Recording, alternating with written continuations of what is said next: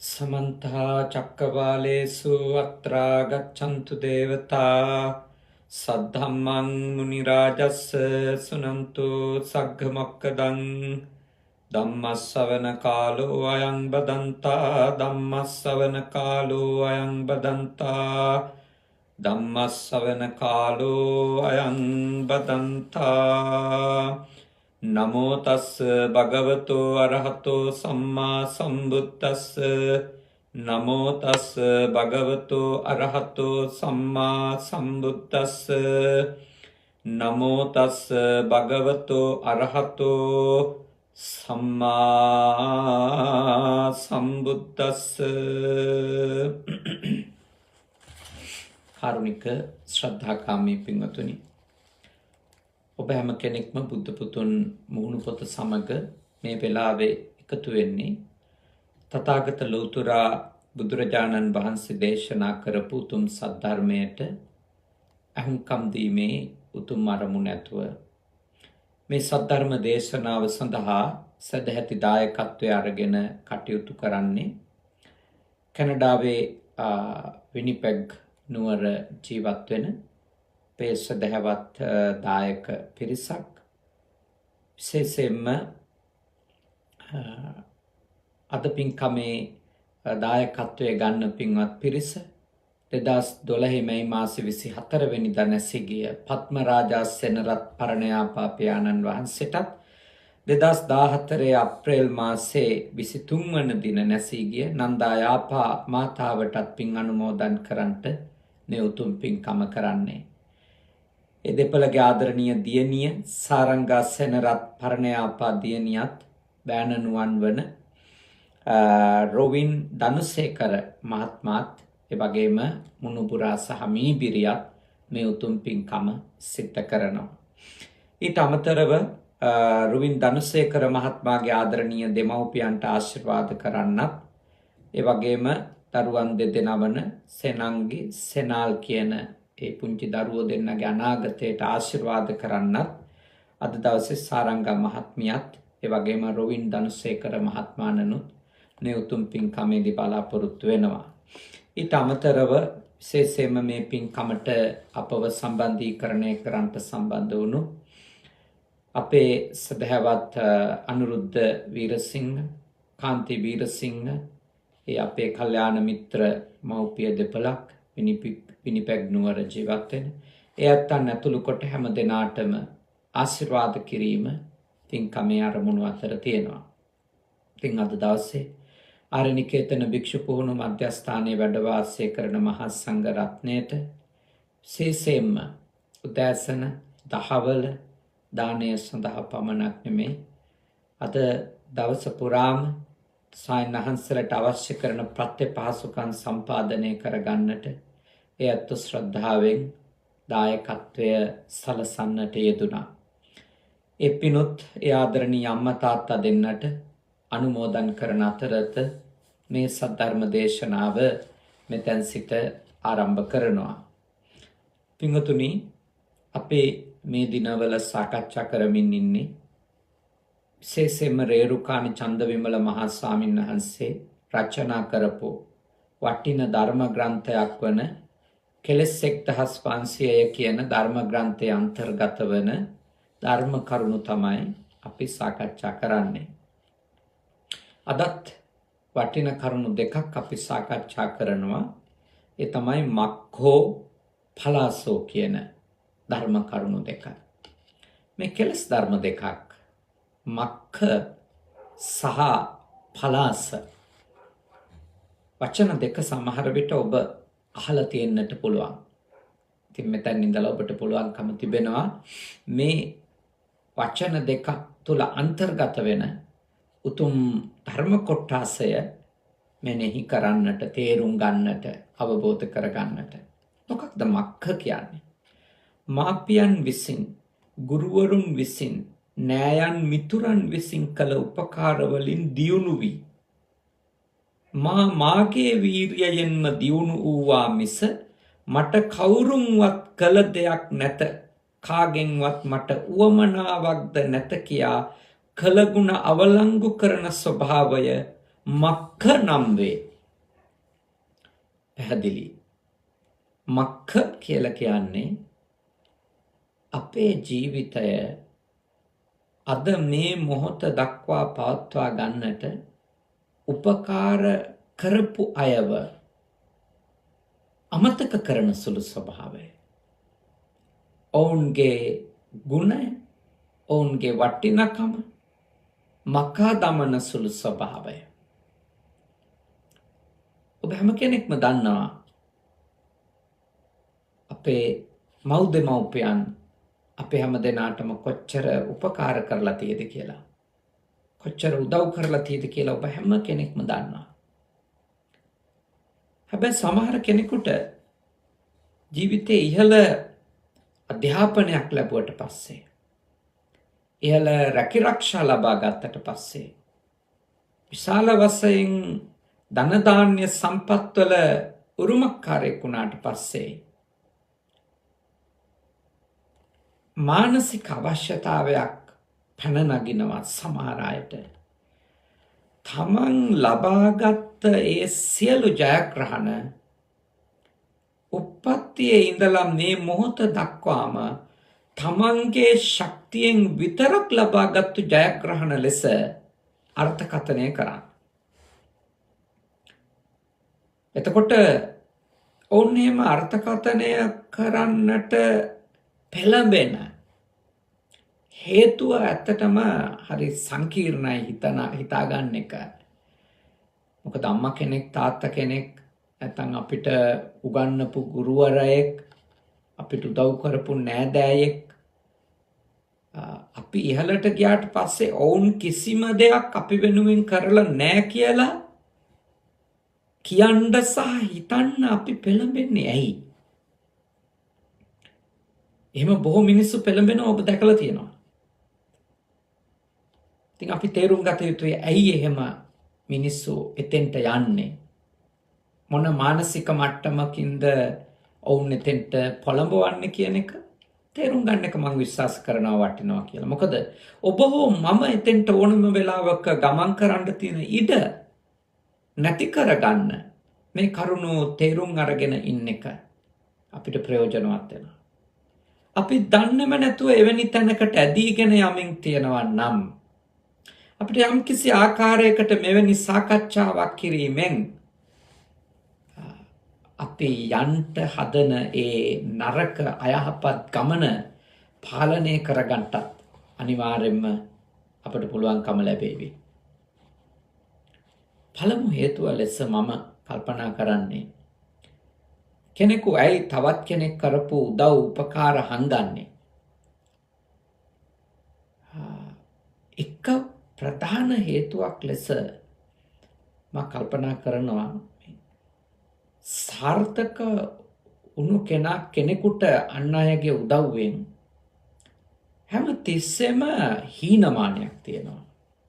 ඒ කියන්නේ යත් නොදැනි එයාගේ ඇතුලේ හැඟවුණු හීනමානයක් තියෙනවා. තමන් එතෙන්ට ඒම හුදු තමන්ගේ ශක්තියකින් උණු එකක් නෙමෙයි කියලා එයා දන්න නිසා. මෙයාත් සම්බන්ධයි, අරයත් සම්බන්ධයි. පුංචි කාලේ අරයා ඉස්කෝලේ යන්න සල්ලි දුන්නා, මෙයා පොත් අරන් දුන්නා, බෑග් එක අරන් දුන්නේ මෙයා, සපත්තු දෙක අරන් දුන්නේ මෙයා. ඔයා හිතනකොට සමහර අයට තමන් ඉන්න තලයේදී ලොකු හීනමානයක් එනවා. ලොකු හීනමානයක්. තමන්ගේ අතීතය නැත්නම් තමන්ගේ ළමා කාලය, තමන් ඒ සාර්ථකත්වයේ දක්වා ගමන් කරන්නට පෙර කාලයේ තමන් ගෙවපු දුක්ඛිත ජීවිතය, තමන්ට එකිනෙකාගෙන් උදව් ඉල්ලන්නට වීම සම්බන්ධව අද ඉන්න තලයේ ඉඳලා ආපස්සට හිතලා හීනමානයක් ඇති කරගන්න අය ඉන්නවා. තමන් සම්බන්ධව යම් කිසි ආකාරයකට පහත් හැඟීමක්, ඒක ඇතුලේ ලැජ්ජා සහගත බවක් ඇති කරගන්නවා වෙන්න පුළුවන්. මොකද තමන් උඩට ගියාට පස්සේ අර අය මුණ ගැහෙනවනේ. ඒ මුණ ගැහෙන වාරයක් පාසා ඒ දෙපාර්ශවයේම හෘදය සාක්ෂි දන්නවා. අද කොච්චර රැස් විහිදුවාගෙන හිටියත් පෙර එක දවසක තමන්ගේ දෙපා මුල ඉඳපු මිනිස්සෙක් කියලා දන්නව සමහරු ගැන සමහර අය. මම මෙයාගේ දෙපා ගාවට ගිහිල්ලා ආයාචනා කරලා දේවල් ඉල්ලගත්තා කියන එක සමහරු දන්නවා. ඒ දෙපාර්ශ්වයේ හමු වෙන හැම වෙලාවකම ඔක දන්නවා. පුළුවන් තරම් ඒ පිරිස් මගේ අරලා ඒ පිරිස් වලින් අයින් වෙලා ඉන්න තාක්කල් මේ ගතිය මේ අපේ ඇතුළෙන් එන මේ නරක අයහපත් ස්වභාවය හංගාගෙන ඉන්න අපිට පුළුවන්. නමුත් අපිට හැමතිස්සෙම මේ අපේ අතීතයෙන් හැංගෙන්න බෑ. ඉතින් සමහර කෙනෙකු ඒ අතීතය ගැන හිතලා ඇතිවෙන හීනමානය වහගන්න, ඒ හීනමානය විසින් ඇති කරන පීඩාවෙන් යම්කිසි ආකාරයකට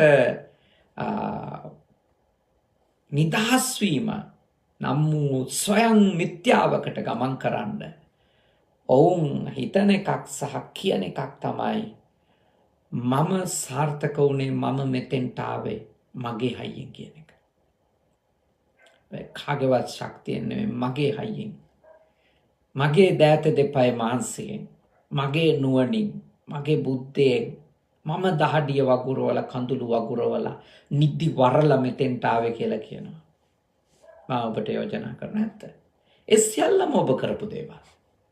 අපි කවුරුත් යම් තැනකට ජීවිතෙන් දහඩිය කඳුළු වගුරලා තියෙනවා. බඩගින්න ඉඳලා තියෙනවා. පිපාසෙන් ඉඳලා තියෙනවා. සපත්තු සෙරෙප්පු නැතුව ඉඳලා තියෙනවා. තව බොහෝ දෑ නැතුව අපි කවුරුත් ඉඳලා තියෙනවානේ. ඒක බොරුවක් නෙමෙයි. ඒ කාලේ සමහර අය අපට ඔවුන්ගේ ශක්ති ප්‍රමාණය යම් යම් උදව් අපිට කළා තියෙනවා.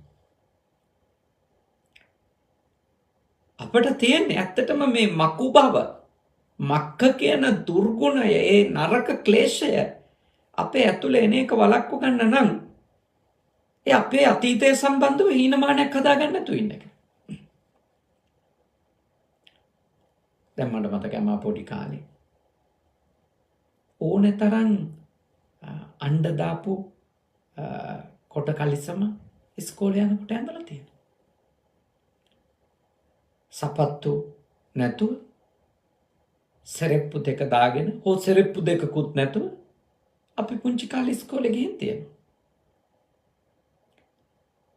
ඒ කාලේ අපිට ඇඳුම් කැඩුම් අරන් දීපු අය ඉන්නවා අපේ ඥාතීන් අතර. නෑදෑයෝ අතර ඉන්නවා. ඔය කොළඹ කොහේ හරි කුලී වැඩක් රස්සාවක් කරපු අපේ ඥාතිවරු එහෙම අපිට උදව් කරලා තියෙනවා. ඇඳුම් අරන් දෙන්න, වෙනත් පොත පෑන පැන්සල් අරන් දෙන්න උදව් කරලා තියෙනවා. අම්මා තාත්තා අපරිමිතව ඒගොල්ලෝ කැප වෙලා අපගේ ළමා කාලේ ගොඩනගන්න ගොඩාක් දුක් විඳලා තියෙනවා. ඒයි අපි ඒක ගැන ප්‍රශ්නයක් ඇති කරගන්න. එහෙම අතීතයක් අපිට නොතිබුණා නම් සමහර විට අපට ලොකු වීරයක් ජීවිතේ ජය ගැනීම සම්බන්ධ ඉගෙන ගන්න ඕනි කියන එක සම්බන්ධ ඇති නොවෙන්නත් පුළුවන්. සමහර කෙනෙක් ඇත්තටම දැඩි වීරයකින් තමන්ගේ ගමන යන්නේ එන අභියෝගයක, ප්‍රශ්නික. ඉතින් ඒ අතීතය ගැන වද වෙන්න හෝ හීනමානයට පත් වෙන්න එපා. එහෙම අතීතයක් තමන්ට තිබුණු බව තමන් උපේක්ෂාවෙන් මෙනෙහි කරන කෙනෙක් වෙන්න. ඒ අතීතයේ උදව් කරපු හැම කෙනෙකුම පාහේ මතක තියෙන කෙනෙක් වෙන්න. ඔබවත් මමවත් ඇත්තටම මෙතන නෑ. බොහෝ අය අපිට ශක්තියක් නොවුණා. මා ගත්තොත් පැවිදි උදා පටන් මහනුනේ වලස්කල චාවාදන මුදලින්ද ආරාමය කියලා, සරණංකර පිරිවෙන කියලා දික්වැල්ල පැත්තේ පන්සලක පිරිවෙනක ඒ ලොකු සායනහන්සේ කපුගම අරිජෝත් සායනහන්සේ මගේ ගුරු සායනහන්සේ. ඊළඟට ඒ ගමේ දායකයෝ. දැන් උසස් පෙළ ලියලා ඉවර වෙනකම්ම ඒ අත්තු තමයි මගේ ජීවිතේ ගොඩ නැගුවේ අවුරුදු 10 ඉඳලා. ආහාර, දානේ, සිවුරු, බේත්තේ, පොත පෑන පැන්සල, ඉන්න හිටින්න ආවාසය, පොරවන්න සිවුරු, පාවිච්චි කරපු සියලු දේ මිනිස්සු දීපු දේවල්. ඒ මිනිස්සු කරපු උපකාරය, ඒ ගුරුවරු කරපු උපකාරය අපේ සිහියේ තියෙන්න ඕන ගෞරවනීයව. ගෞරවනීයව සිහියේ තියෙන්න ඕන. එහෙම උපකාර ලබාගෙන තමන් මෙතෙන්ට ආවා කියලා ලැජ්ජ වෙන්න එපා. තමන් අද ලොකු තනතුරක ඉන්නවනම් තමන් සතුටු වෙන්න ඕන. ඒ තනි තමන්ගේ ශක්තියක් විතරක් නෙමෙයි. බොහෝ අයගේ ප්‍රාර්ථනා කියලා. බොහෝ අයගේ වීරිය. බොහෝ අයගේ කැපකිරීම. දැන් අපේ දූල පුතාලා සාමාන්‍ය පෙළ විභාගයේ මේ දවස්වල අනේක විද කම්කටොළු මැද ලියනවානේ. අනේක විද කම්කටොළු. ඉතින් ඒ දූල පුතාලට අද මේ පහුගිය අවුරුදු ගණනේ අවුරුදු 5 ඉඳලා ඕලෙවල් විභාගේ දවස වෙනකම්ම අම්මා තාත්තා කොච්චර උදව් කළා තියෙද? පාසලේ වේවා, පුද්ගලික පන්තියේ වේවා, ගුරුතුමාලා කොච්චර උපකාර කළා තියෙද? නේද? සමහර යාළුවෝ කොච්චර උදව් කළා තියෙද? මම දැක්ක ශ්‍රේෂ්ඨ සත්පුරුෂ මිනිස්සු පාරේ විභාගෙට යන්න වාහනයක් නැතුව පොරොත්තු වෙන දූල පුතාලා තමන්ගේ කාර් එකේ අරගෙන යන වටින මිනිස්සු 7-5ක්වත් අය කරන්නේ නැතුව අපේ රටේ මම දැක්ක පහුගිය දවස් ටිකේම. ඊයේ අද මම දැක්ක ප්‍රවෘත්ති වල පෙන්නන මිනිස්සු. සමහර අය බස් එක, වෑන් එක නොමිලේ ඒ දරුවෝ විභාග ශාලාවලට එක් කරන් යන්න පරිත්‍යාග කරලා තියෙන වයසක මාමලා, රියදුරු මාතුරු අපි දැක්කනේ. ඒ බස් හිමියෝ අපි දැක්ක එහෙම මිනිස්සු ඉන්න අපේ රටේ. ඉතින් අපේ දූල පුතාලා ජීවිතේ මේ පළමු කඩයිම පහු කරයි හොඳට. මේ කරදර අභියෝග ප්‍රශ්න මැද හොඳට විභාගෙ ලියලා අපේ දූල පුතාලා O level හොඳට සමත් වෙලා, A level හොඳට සමත් වෙලා, විශ්වවිද්‍යාලයට ගිහිල්ලා විවිධ ක්ෂේත්‍රවල උපාධි ලබාගෙන තාම ඉහළට යයි. මතක තියාගන්න. ඔබේ ඒ සාර්ථකත්වයට, ඔබේ ඒ ජයග්‍රහණ සියල්ල එක්ක අද මේ පෙට්‍රල් නැතුව, ඔබට ඩීසල් නැතුව, ඔබට විභාග ශාලාවට යන්න වාහනයක් නැතුව ඉන්න වෙලාවේ, ඔබ පාරේ බයෙන් තැති ගැනීමෙන් අසහනෙන් ඉන්න වෙලාවේ, කාර් එකේ, ත්‍රිවිල් එකේ, වෑන් එකේ, බස් එකේ ඔබව නගගෙන ඔබව ඉස්කෝලේ ගාවින්, විභාග ශාලාව ගාවින් බස්සපු, ඔබගේ විභාගයට ශක්තියක් වෙච්ච බයිසිකලේ ඔබව නග්ගගෙන කිලෝමීටර් 2-3ක් ඔබව උදේ පාන්දර විභාග ශාලාවට එක් කරන් එන්න කැප වුණු තාත්තා වේවා, මාමා වේවා, අයියා වේවා, අම්මා වේවා, හැමෝම ඔබේ සාර්ථකත්වයේ ලොකු කණු, ඔබව ඔසව තබපු ලොකු කණු, ශක්තිමත් ස්තම්භ, ඒ කණු මත තමයි ඔබ නැගී සිටින්නේ. ඔබ කොහොමද මිනිස්සෙක් නම් ඒව අමතක කරන්නේ? ඔබට පුළුවන්ද මේ ගෙවන කාලය අමතක කරන්න? ඔබ මේ 2021 අග ඉඳලා 2022 දැන් මේ ගෙවන මාස කීපයේ ඔබ විභාගයට සූදානම් කරන්න කී දෙනෙක් කැපවීම කරනවද? ඔබ ඉස්සරහට ගෙන්න කොච්චර අය දුක් විඳිනවද?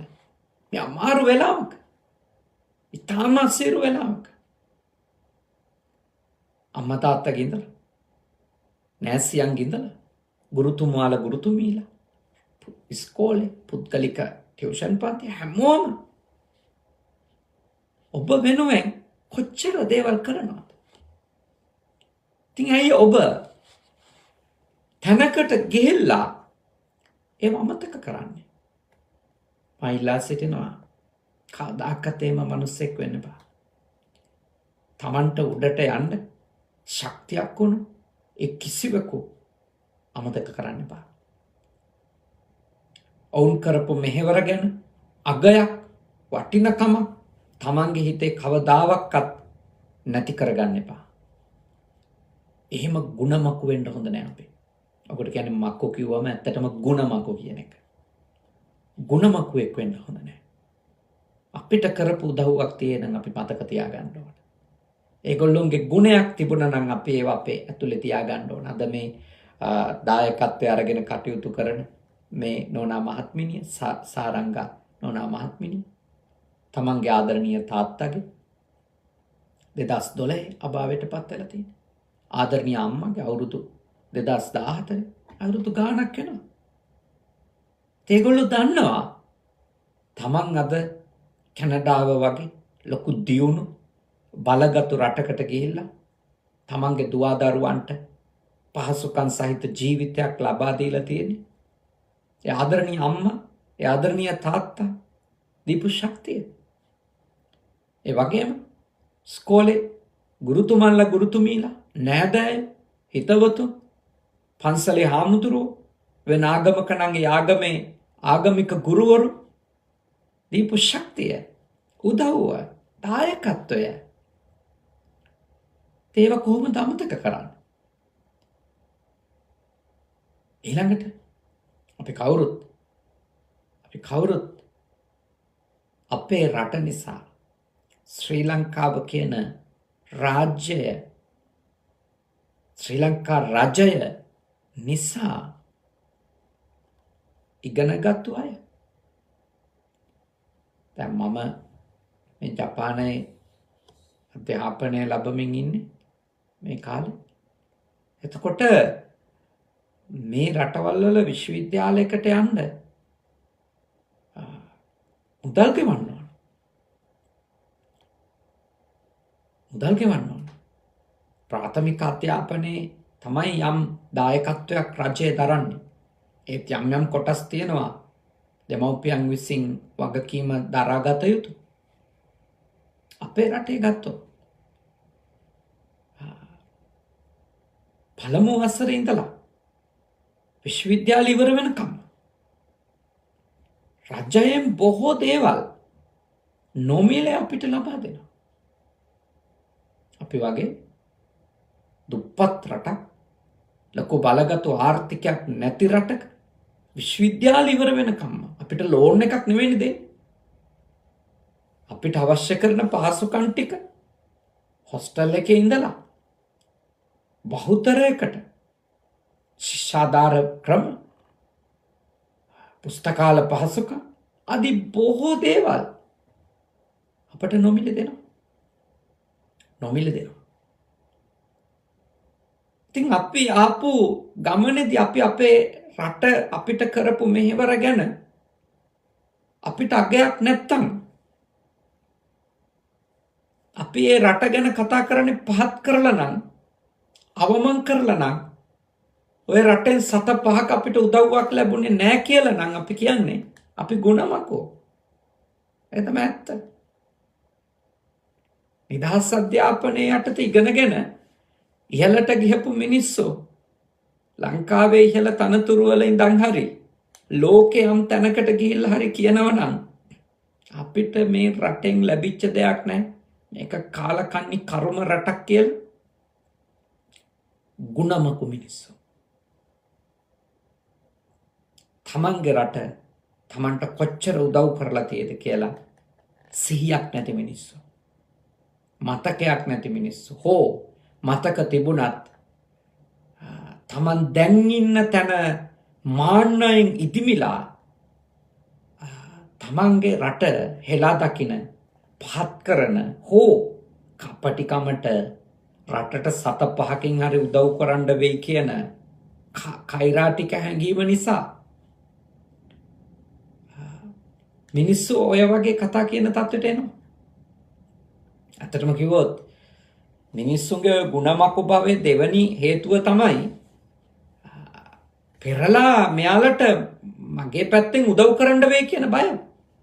සහ කැමැත්ත, සහ ලෝභය. ඒ ලෝභකම, ඒ අකමැත්ත, ඒ තෘෂ්ණාව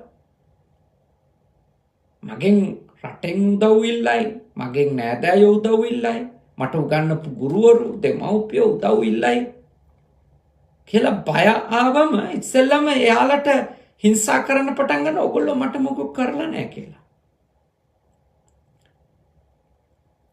ඔය ගොඩාක් පානිනා ඉන්නවා නේද ලංකාවට මම දකිනවනේ.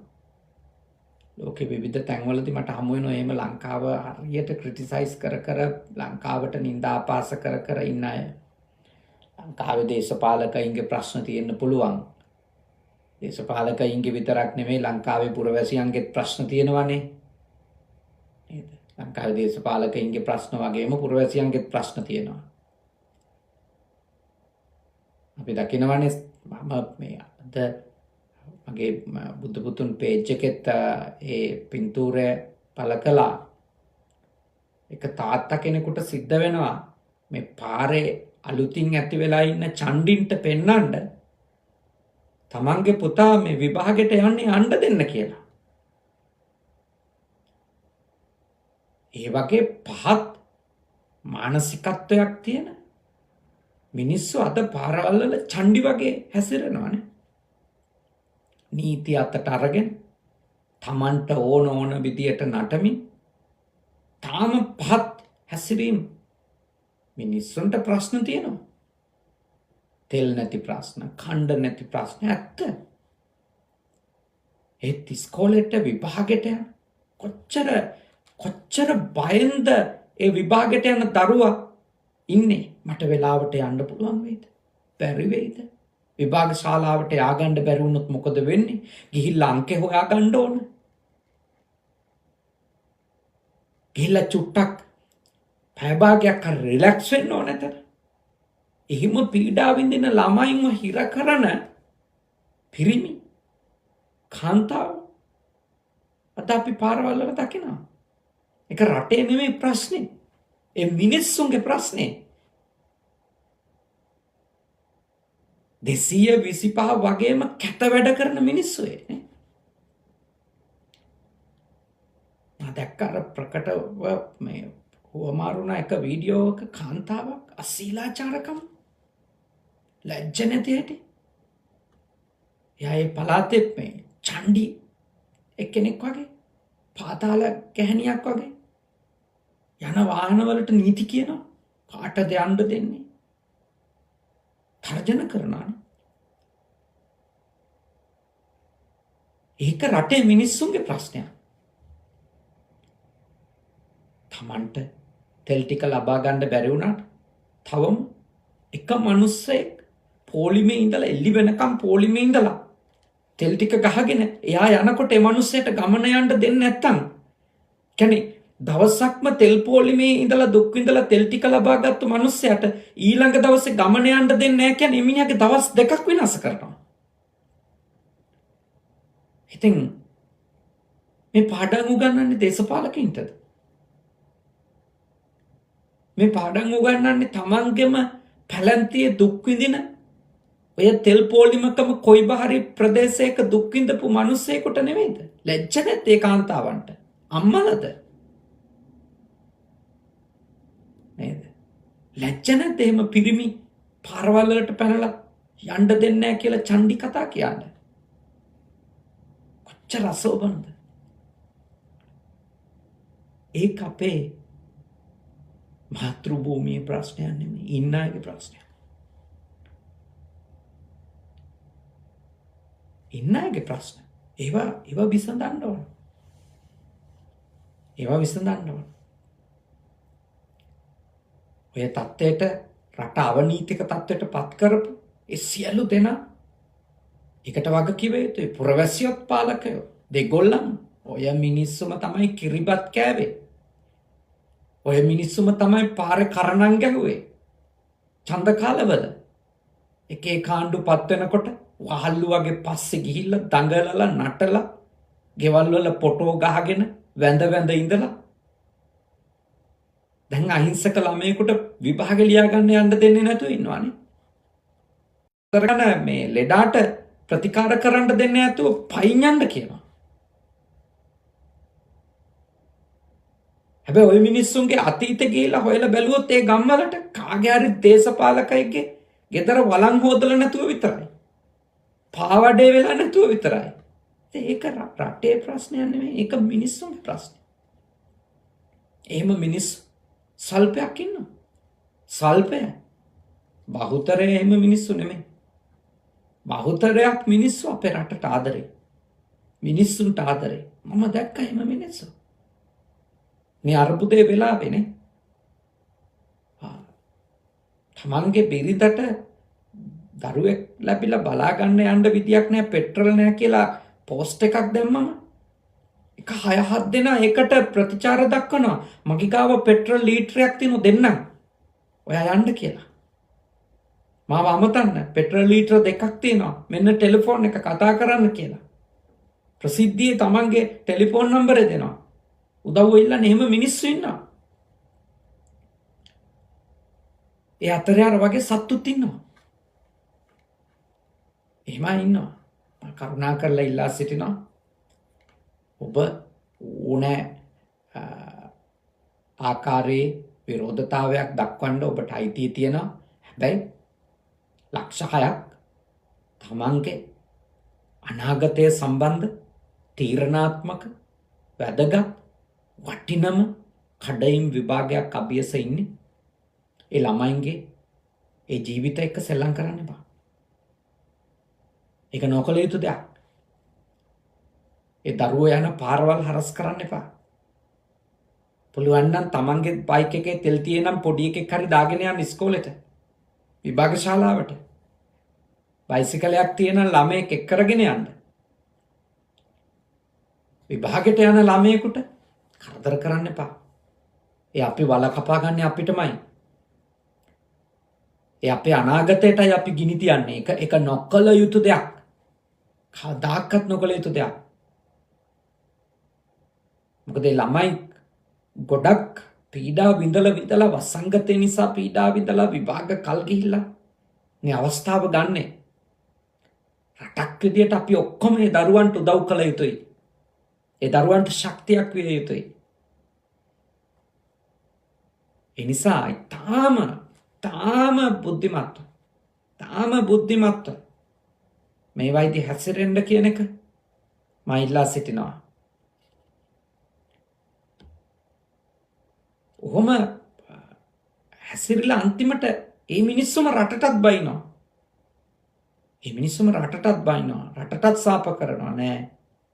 අපේ රට අපි දුප්පත් රටක් වුණාට අපි කාටත් නොමිලේ ඉගෙන ගන්න ඉස්කෝලවල පහසුකම් සැලැස්සුවා. ඉගෙන ගත්තේ එක හෝ ඉගෙන ගත්තේ නැති එක ඒ පුද්ගලයන්ගේ ප්‍රශ්නයක්. ඇත්ත කතාව මේක. කාටත් ඉගෙන ගන්න පාසල් තිබුණා.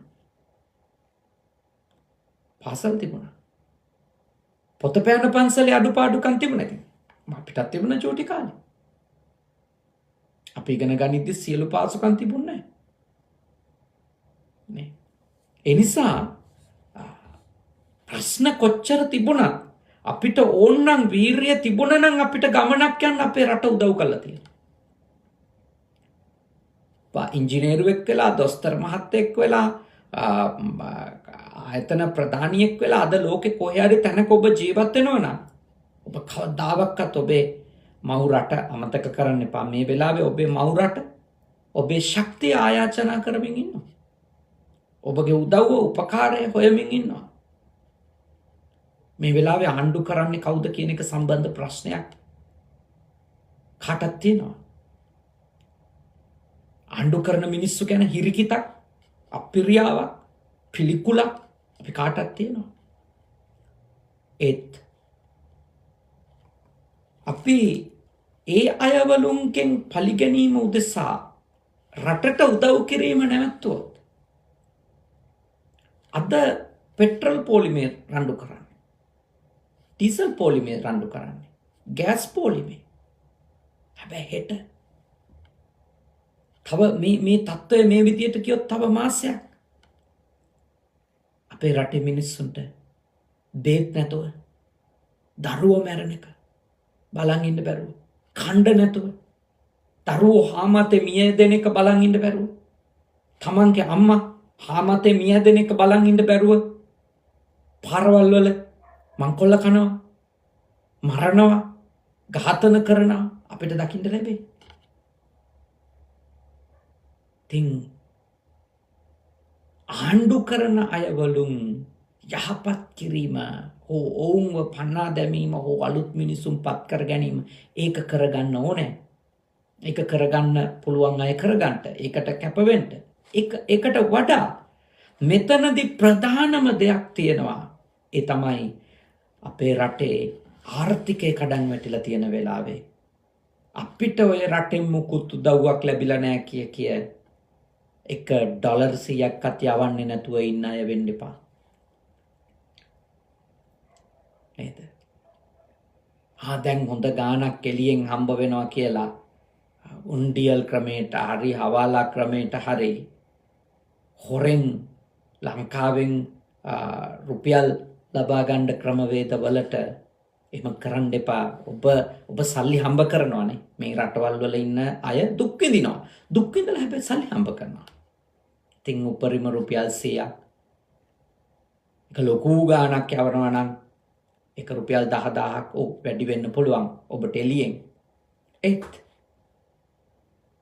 ඔබ ඔබේ රටට උදව්වක් විදියට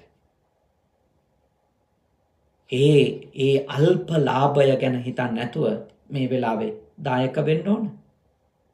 අපි ඒව කරන්නේ මොකටද? අපිට මොනවද ඔය රටෙන් වෙලා තියෙන්නේ කියලා අහන්න එපා. සසරේවත් කිසි තැනකින් උදව්වක් හම්බ වෙන්නේ නැහැ. එහෙම අහන්න එපා. එච්චර ಗುಣමකු වෙන්න එපා. අපි පුළුවන් ශක්තියෙන් අපේ රටට මේ වෙලාවේ දායක විය යුතුයි. ඒ දායක වෙන්නේ ඉදිරියේ බේත් නැතුව මිය යන්ට නියමිත දරුවෙක්ගේ ජීවිතේ බේරගන්න. ඉදිරියේ බේත් නැතුව මිය යන්ට නියමිත අත්තම්මෙක්ගේ සීයෙක්ගේ තරුණයෙක්ගේ තරුණියකගේ ජීවිතයක් බේරගන්න. අත ඍජුවම වෛද්‍යවරු පෙන්වලා දෙනවානේ. ජල බීතිකාව හැදුනොත් ජීවත් කරවන්න විදියක් නැහැ. මොකද බේත් නැහැ. සමහර සත්කම් වලට අවශ්‍ය උපකරණ නැහැ. බෙහෙත් නැහැ. බෙහෙත් 150කට ආසන්න ප්‍රමාණයක් අහිමිව තියෙනවා. මම ඉල්ලා සිටිනවා ලෝකේ පුරා ජීවත් වෙන අපේ බෞද්ධ ශ්‍රී ලාංකික බෞද්ධ නොවන හැමෝගෙම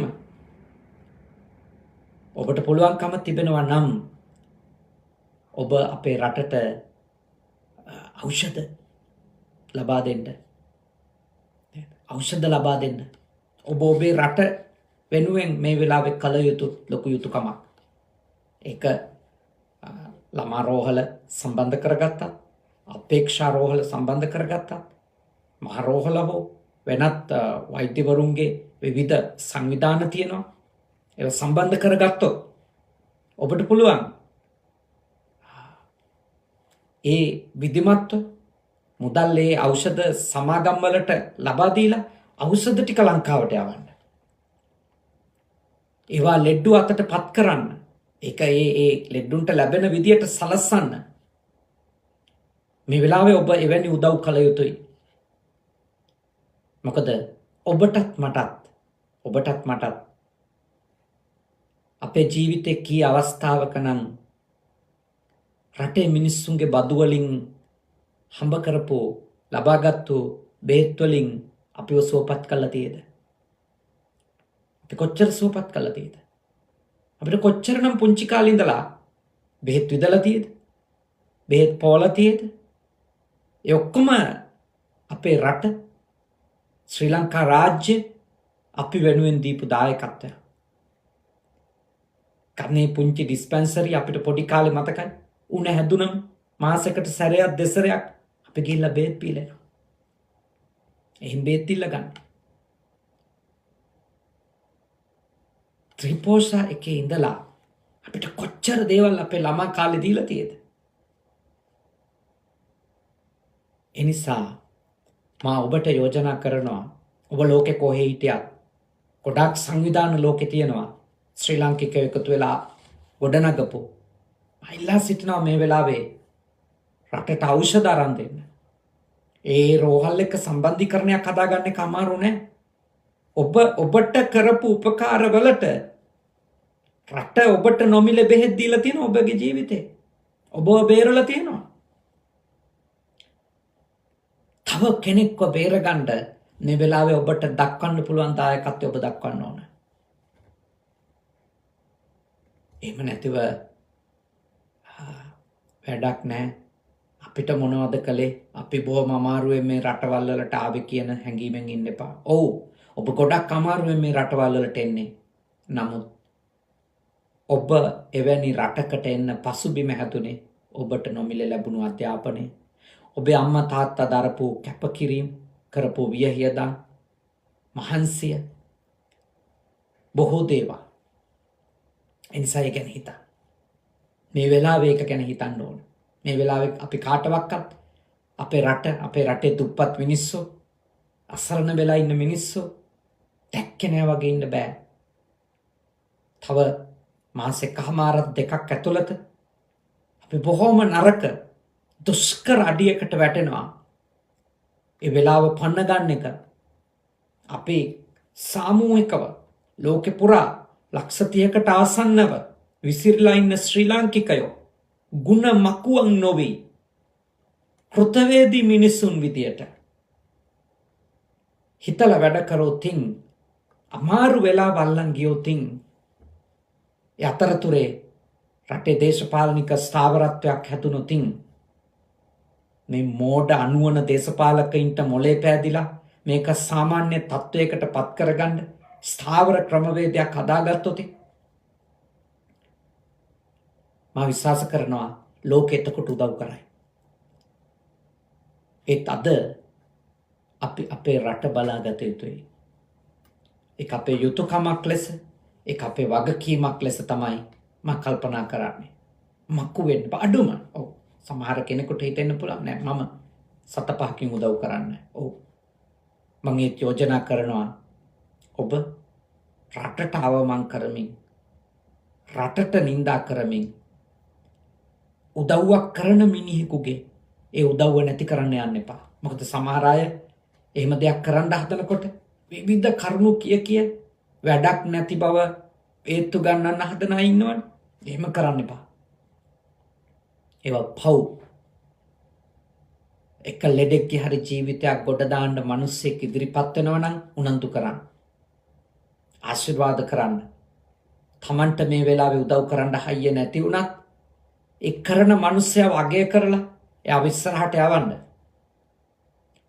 ඒක ඔබට ඔබේ රට කරපු උපකාර මකා දාන්නේ නැති මිනිස්සෙක් ලෙස කළ හැකි උතුම් දෙයක්.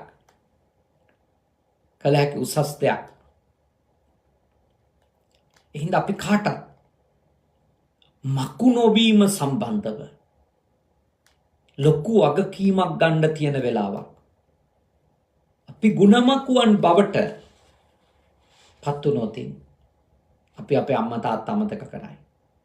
අපිට උගන්වපු ගුරුවරු, අපේ දුප්පත් නෑදෑයින්, අපි ගොඩනගපු සමාජය නේද? ඒ නිසා මා ඔබට යෝජනා කරනවා ඔබ ඊටාම බුද්ධිමත් වෙන්න. අපේ රට වෙනුවෙන් කළ යුතු දෙයක් ඒක. බුණමක්කු නොවී හිතීම. මක්ක මං හිතනවා හොඳට දැන් ඔබට පැහැදිලි මොකක්ද මක්කු බව කියන්නේ. කෙනෙකු කරපු උපකාරය මකන්න දඟලන එක. හංගන්න දඟලන එක. ඒක වහන් වහන්න දඟලන එක. එහෙම වෙන්න එපා. කවුරු හෝ පොඩි හෝ උපකාරයක් කළා තියෙනවා මතක තියාගන්න. ඒ ගුණය සිහිය තියාගන්න. තමන්ට කරපු උපකාරවලට ප්‍රතිඋපකාර කරන්න තැනක් ආවොත් ප්‍රතිඋපකාර කරන්න. ප්‍රතිඋපකාර කරන්න අවස්ථාවක් ආවේ නැතොත් කමක් නැහැ. ඔබ ඒ ගුණය මතක තියාගන්න. ඒක අගය කරන්න. කතා කරලා ස්තුති කරන්න. සෙත් පතන්න. ගොඩක් දේවල් කරන්න පුළුවන්. සමහර විට ඔබට කරපු උපකාරවලට ඔබ අමාරු වෙලාවේ ඔබට උන්ට මේ වෙලාවේ සල්ලි යවන්න ඕනේ නැතුව ඇති. ඒගොල්ලෝ කොහොම හරි ඒගොල්ලොන්ගේ ප්‍රශ්න විසඳගෙන යන අය වෙන්න පුළුවන්. හැබැයි ඔබට පුළුවන් විනාඩියක් දුරකථන ඇමතුමන්ට කතා කරන්න. හොයන්න බලන්න. ඒ වගේ අපි අපේ මකු බව දුරු කරගන්න ගොඩක් දේවල් තියෙනවා. මේ අමාරු කාලය වුණත් මම විශ්වාස කරනවා අපේ දරුවෝ අත්විඳිනවා. ඒක ගැන අපිට කනගාටුයි. අමාරු කාලයක් අපේ අලුත් පරම්පරාව මුණ දෙමින් ඉන්නවා.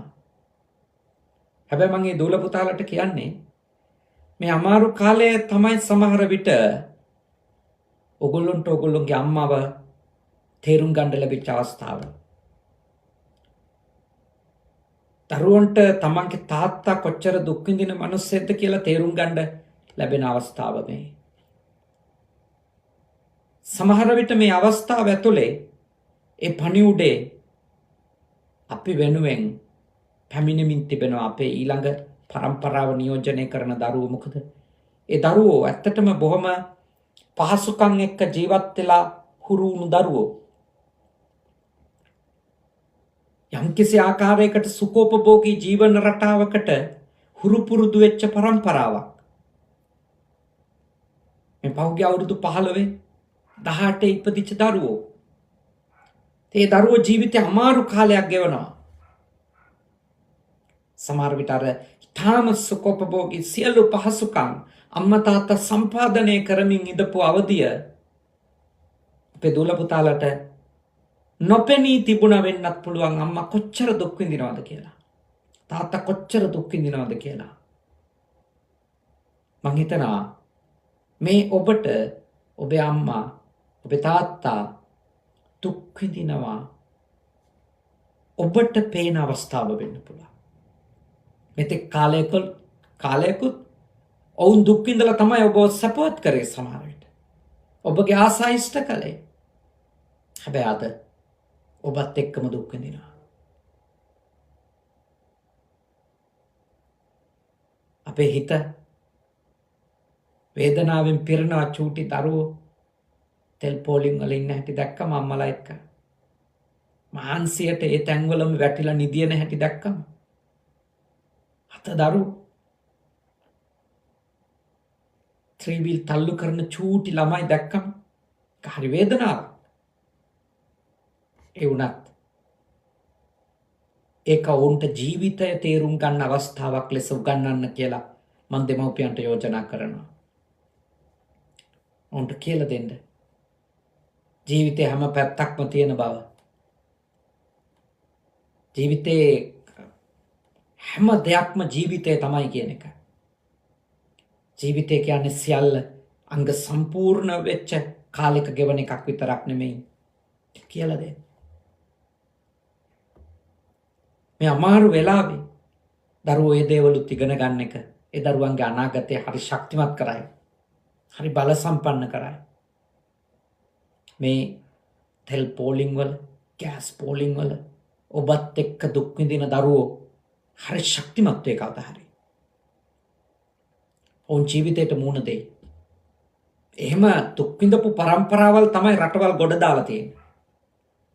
මොකද ඒකත් එක්ක එන වේගය, මේකෙන් අපි නැගිටින්න ඕනි කියන, මෙතනින් අපි ඉස්සරහට යන්න ඕනි කියන ඒ හැඟීම්, ඒව විසින් තමයි රටවල් වෙනස් වුනේ.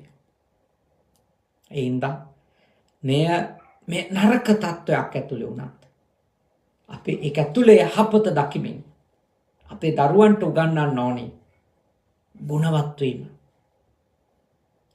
වීම.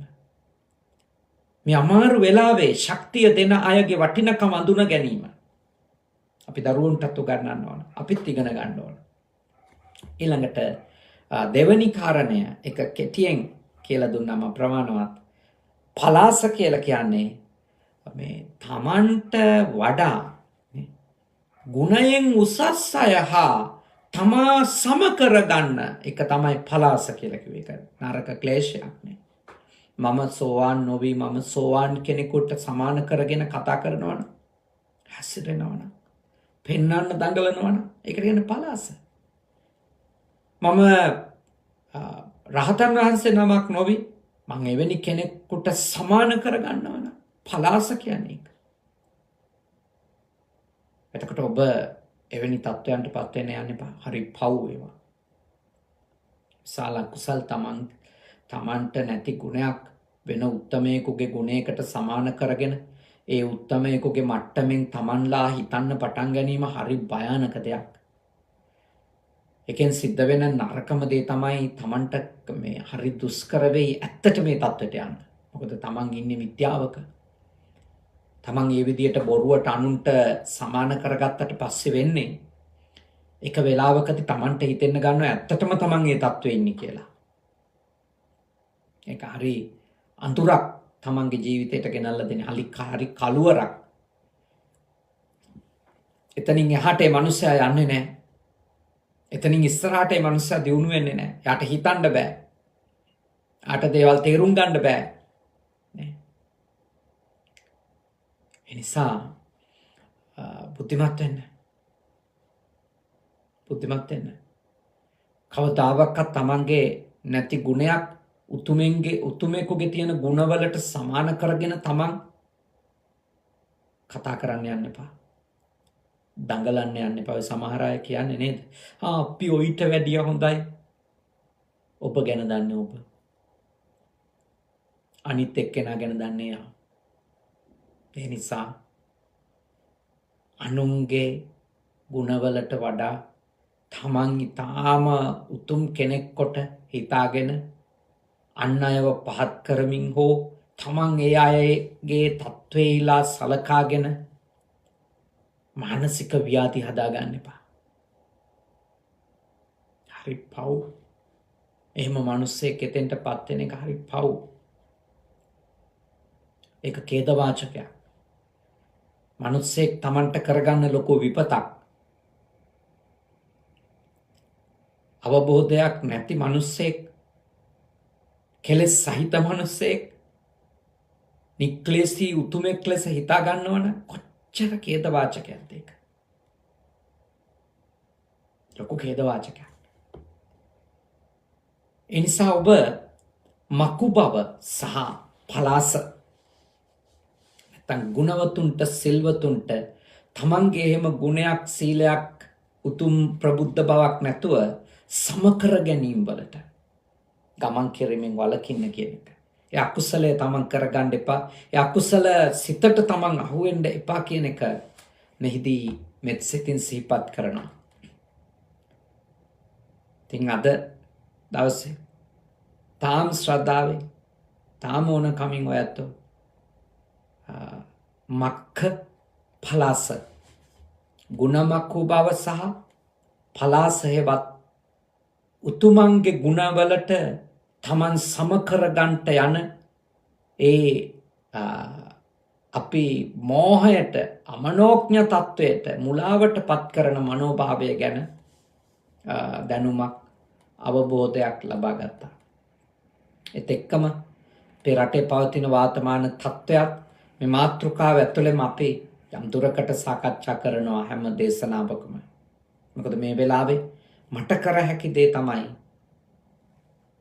මට තේරෙන දේ මා දකින දේ හරි වැරද්ද ඔබට කියලා දෙන එක. ඒක අපේ රට වෙනුවෙන් අපි කරන්නේ. අපි කාගෙත් රට වෙනුවෙන්. ඒ නිසා ඔබ හැම කෙනෙක්ම ඊටාම ශ්‍රද්ධාවෙන් දහම් අහනවා වගේ තව පිරිසකට මේ දේවල් අහන්න මේවා ෂෙයා කරන්න, හුවමාරු කරන්න. අහන්න සලස්වන්න. ඒ වගේම ඔබ පිළිපදින්න. මේ දේවල් පිළිපදින්න. හොඳ දෙයක්, හොඳ දේශනාවක් කියලා අත්හැරීම වෙනුවට ඔබට කළ හැකි දේ ඔබ කරන්න. මොකුත් නොකර ඉඳීම වෙනුවට ඔබට කල හැකි දේ ඔබ කරන්න. ඉතින් අද දවසේ ඔබට මේ වගේ උතුම් දහම් කරුණු දෙකක් ඉගෙන ගන්නට සැලැස්සුවේ කැනඩාවේ විනිපෙග් නුවර පදිංචිව සිටින සරංගා නෝන මහත්මිනියත් සෙනරත් පරණයාපා නෝන මහත්මිනියත් රුවින් ධනුසේකර මහත්මාණන් ඒ දරුවෝ දෙන්න. මේ අත්තන්ගේ උතුම් බලාපොරොත්තු තියෙනවා. ඒ තමයි ආදරණීය තාත්තත් අම්මත් පත්මරාජා සෙනරත් පරණයාපා ආදරණීය පියාණන්, ඒ වගේම නන්දායාපා ආදරණීය මෞතුමිය ඇතුළු කොට මහත්මිනියගේ නමිනුත් එම මහත්මාණන් නමිනුත් මියගිය ඥාතීන්ට පින් අනුමෝදන් කිරීම. වනහපු ඔබ නමින් මියගිය ඥාතීන්ටත් ඔබ අප හැම දෙනාගේම සසර ගමනේ සියලු ඥාතීන්ටත් මේ පින් අත් වේවා, සුවපත් වේවා, සැපවත් වේවා, දුකින් මිදේවා. ඒ ආදරණීය පියාණන් මෞතුමිය ඇතුළු සියලු ඥාති හිත මිත්‍රාදීන් මේ උතුම් පින් කුසල් අනුමෝදන් වී නිවන් දකිත්වා. සාදු සාදු සාදු. ඒ වගේම දෙවිවරු මේ පින් අත්කර ගනිත්වා. දෙවියන්ගේ ආශිර්වාදය, ආරක්ෂාව, බැල්ම ශක්තිය විශේෂයෙන්ම පින්කමේ දායකත්වය අරගෙන කටයුතු කරන්නට යෙදුණු ඒ පින්වත් දායක පිරිසගේ රුවින් ධනුසේකර මහත්මයාගේ ආදරණීය අම්මට, ආදරණීය තාත්තට සියලු දෙවියන්ගේ ආශිර්වාද ලැබේවා. ඔබ දෙපළගේ ආදරණීය දරුවෝ දෙන්න ඒ දරුවන්ගේ අනාගතය සෙනාල් පුතණුවන්ට, සෙනාන්ගේ දියණියට ඒ දරුවෝ දෙන්නගේ අනාගතය අධ්‍යාපනය සාර්ථක කරගන්නට දෙවියන්ගේ ආශිර්වාදය, උපකාරය ලැබේවා. ඒ වගේම ඔබට මේ පින්කම කරගන්න උපකාරවත් වුණු අපේ අනුරුද්ධ වීරසිංහ මහත්මයාට, කාන්ති මෞතුමියට, ඒ සියලු දෙනාටමත් මේ දේශනාව අහපු ඔබටත්, ඔබෙත් මගෙත් ආදරණීය මාතෘ භූමියටත්, ඒ ජීවත් වෙන ලංකා මාතාවගේ සියලු ශ්‍රී ලාංකික දුවා දරුවන්ටත් සියලු දෙවියන්ගේ ආශිර්වාද ලැබේවා. කරදර බාධක දුරු වේවා. මේ අවාසනාවන්ත කාලය ඉක්මනින්ම දුරු කර ගන්නට සියලුම අදෘශ්‍යමාන දෙවි දේවතාවුන්ගේ ආශිර්වාදයක් සැලසේවා. උතුම් දෙවිවරුද මේ පින් අනුමෝදන් වී නිවන් දකිත්වා. සාදු සාදු සාදු. අවසාන වශයෙන් මේ උතුම් පින් කටයුතු සිත කරන්නට අපිට ආශිර්වාද කරන කනගව සුගත භාවනා මධ්‍යස්ථානාධිපති, ඒ වගේම පුජි සුගත සේනාසනාධිපති අපේ සහෝදර හුරුළුනික වැවේ සුදම්ම සාමින්ද්‍රයාණන් වහන්සේ, කනගව සුගත භාවනා මධ්‍යස්ථානාධිකාරී තේ සහෝදර අම්පිටිය සද්ධාවාස ස්වාමීන් වහන්සේ ඇතුළු කොට පූජනීය මහා සංඝ රත්නයටත්, බණ පින්කමේ දායකත්වයේ ගත්තු පින්වත් පිරිසටත්, බණහපු ඔබටත්, ලංකාවාසී ලෝකවාසී සියලු දෙනාටත් මේ භවයේ පුරාමත් සසරේ උපදින හැම භවයකමත් සත්පුරුෂ ඇසුර ලැබේවා, කල්‍යාණ මිත්‍ර ඇසුර ලැබේවා, සද්ධර්මයේ මැසේවා, ධර්මානුධර්ම ප්‍රතිපත්ති පූර්ණේ කරගෙන ඉක්මන් භවයකදී නිවන් දකින්නට මේ පින් කුසල් පාරමී ධර්ම වේවා. සාදු සාදු සාදු. ආකාසට්ටා ච බුම්මට්ටා දේවා නාග මහිද්దికා පුඤ්ඤන්තං අනුමෝදිත්වා චිරං රක්ඛන්තු ශාසනං. ආකාසට්ටා ච බුම්මට්ටා දේවා නාග මහිද්దికා පුඤ්ඤන්තං අනුමෝදිත්වා චිරං රක්ඛන්තු දේශනං. ආකාසට්ටා ච බුම්මට්ටා දේවා නාග මහිද්దికා පුඤ්ඤන්තං අනුමෝදිත්වා චිරං රක්ඛන්තු මම් පරන්ති තී. ඔබ හැම දිනම නිදුක් වෙත්වා, නිරෝගී වෙත්වා, සුවපත් වෙත්වා. සාදු සාදු සාදු.